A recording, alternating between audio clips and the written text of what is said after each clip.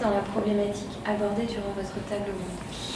Et ben, tout ce qui tourne autour de la co-construction des savoirs, avec justement cette place donnée aux personnes en situation de handicap, parce que c'est un moyen pour elles de valoriser leur savoir, qui a été longtemps considéré comme profane par rapport aux savoirs plus médicaux.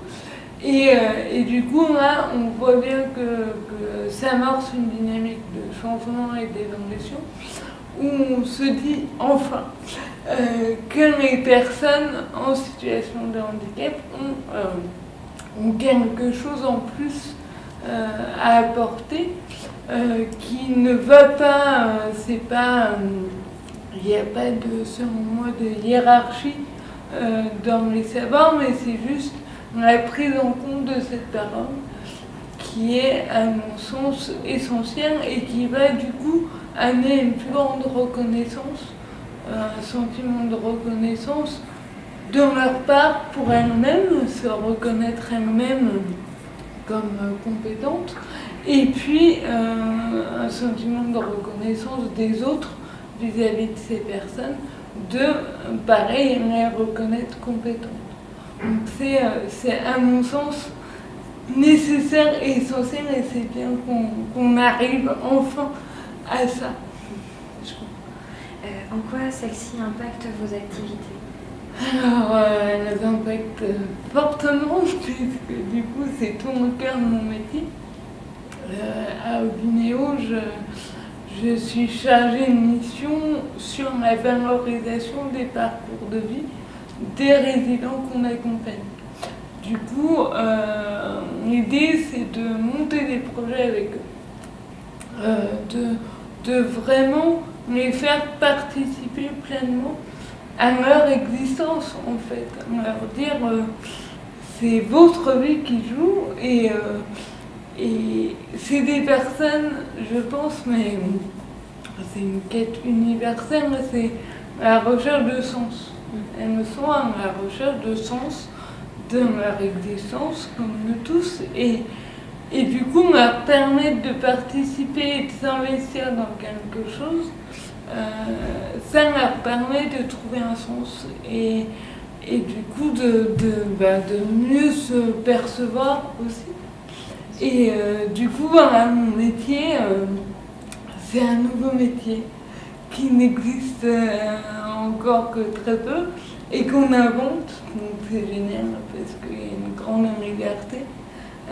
Mais voilà, c'est faire du lien, alors avec les personnes en situation de handicap, mais aussi avec les professionnels qui les accompagnent, les former justement à cette évolution de prise de parole qui bouleverse un peu tous les un peu des enjeux de pouvoir aussi.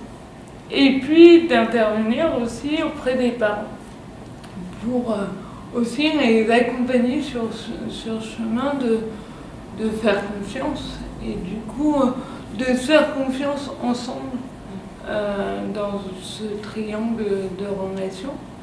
Et donc voilà, donc c'est tout nouveau, il y a plein de choses et c'est très porteur en fait. Est-ce que, autrement que les activités, votre structure va mettre en place d'autres actions? Alors, du coup, donc Obinéo, c'était déjà lancé historiquement dans une prise en compte de la parole des personnes. Là, ça s'est matérialisé peut-être un peu plus concrètement par cette création de poste, donc de chargé de mission patiente experte.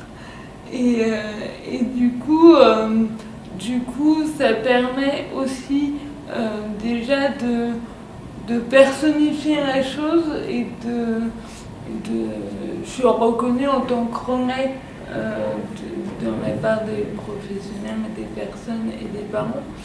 Et du coup, ça ouvre plein de portes sur les projets qu'on peut mettre en place, sur les idées qu'on a voilà, de participation citoyenne, de pourquoi les personnes en situation de handicap ne seraient pas bénévoles elles-mêmes dans des associations. Voilà, il y a plein de projets qui se mettent en place et des groupes de travail de résidents aussi. Voilà, il y a plein de choses. Le poste n'a même pas un an. Donc pour l'instant, on a plein d'idées. On essaye de pas trop s'éparpiller non plus. Mais c'est une dynamique qui est en marche et qui, même si ça fait même pas un an, on voit déjà quelques effets positifs. Et du coup, on se dit qu'on a un peu raison d'aller dans ça et en tout cas, on essaye. Et puis on voit si ça marche. Et si ça marche pas, on rectifiera nos erreurs. Mais on sent que c'est là où on doit aller, en tout cas. Merci beaucoup. Tout à fait.